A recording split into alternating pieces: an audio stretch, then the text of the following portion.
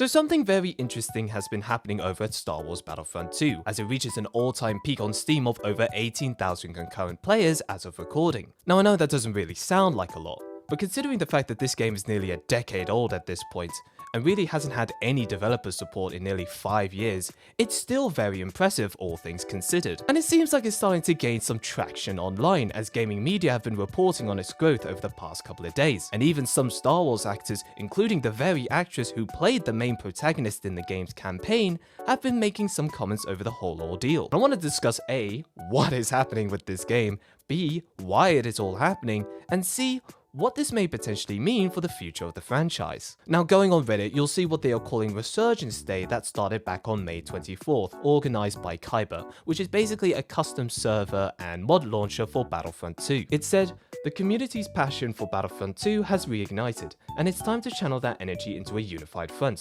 Introducing Resurgence Day, a global event where players across all platforms come together to set a new concurrent player record and showcase the enduring spirit of the Battlefront community." And yeah, when you look at the Steam DB charts, I'd say they accomplished a record, alright. Now granted, this doesn't take into consideration the console population, but even so, when you go on Reddit, you'll see several users posting online that the Xbox servers were crashing down, probably due to the massive influx of players coming in, which probably shows that there was a sizable increase over there as well. So why is this all happening? Well, based on what I've been seeing online, it basically comes down to one of two reasons, or maybe a little bit of both, depending on who you ask. One is to try and bring back development for a game that really hasn't seen development in nearly 5 years. I mean, so much has happened since EA abandoned the first-person shooter in the Star Wars universe.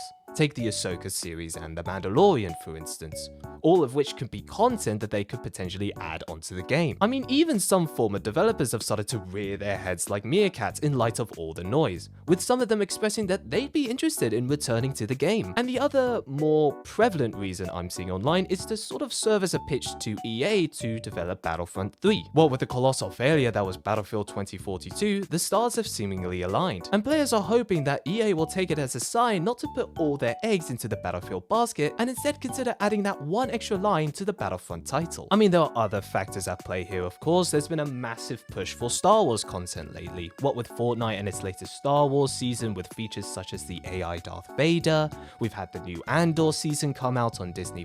No doubt a lot of players or fans who have enjoyed these were probably in search of more Star Wars content, and just so happened to stumble across Battlefront 2 on its Steam page. And after seeing its listing and its pricing, they probably decided to give it a try or jump back in after so many years for old time's sake. And speaking of the Steam page, it's actually something that I want to highlight here, because if you haven't already noticed, the review scores for the game are overwhelmingly positive, and it's been that way since 2020. And I don't know about you, but that's in stark contrast to what I remember the initial reception to the game being. I mean, I know it doesn't show that here in the graph, but it only takes a couple of Google searches to see what the original sentiment was, back in what could only be described as one of the most infamous controversies in gaming history. This was back when loot boxes was the main meta when it came to microtransactions in gaming. And EA did not hold back when it came to implementing this feature in Battlefront 2. These star cards could be obtained in order to alter or empower your characters, and these could not only be earned in-game, but could also be purchased for real-life currency. There was also this whole controversy surrounding unlocking heroes and villains in the game, characters who would also benefit from the star card system. So when this game first launched, it basically meant that players who had forked over the extra cash had a significant advantage over the rest of the competition, which, as you can imagine, didn't exactly translate too well to gameplay. Quite frankly, pay to win in the most blatant and literal sense possible. A fuse was lit to a very big bomb, and EA caused it to explode when they responded to backlash online with the infamous pride and accomplishment comment, which basically served as the final nail to this very big coffin. Bear in mind, this was back when live service wasn't really a thing, and players were a lot less susceptible to microtransactions. Fortnite wasn't around to popularize battle passes yet, and free-to-play was mainly reserved for mobile games. So when all of this broke loose online,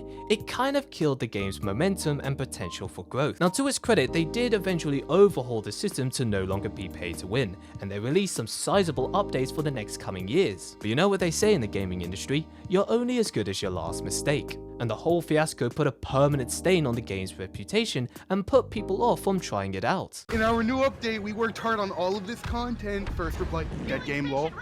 Dead game lol, dead game lol. Now, even with the whole pay-to-win fiasco going on, I still remember having a great time playing this game back in 2017. What with the whole large-scale battles, multiple eras, space combat. Some of these modes, by the way, like Supremacy, would last literally hours. There was a ton of good things they did with this game. Except for maybe the campaign. Nobody really talks about the campaign. Now, do I think this whole thing will bring about Battlefront 3? I don't mean to be a party pooper, but probably not. EA's too busy making millions from sports franchises, laying off developers at studios, and developing its next Battlefield game. But I think what we're seeing here is a clear sign of the state of the gaming industry at the moment. Now, don't get me wrong, there's no shortage of good titles in recent years, but you can't deny that we've had our fair share of flops and failures as well. And when companies nowadays are so desperately trying to chase trends or cut corners, sometimes it's okay to just take a step back from modern gaming and take a trip down memory lane for old time's sake. I mean, the Oblivion Remastered is a fantastic example of this.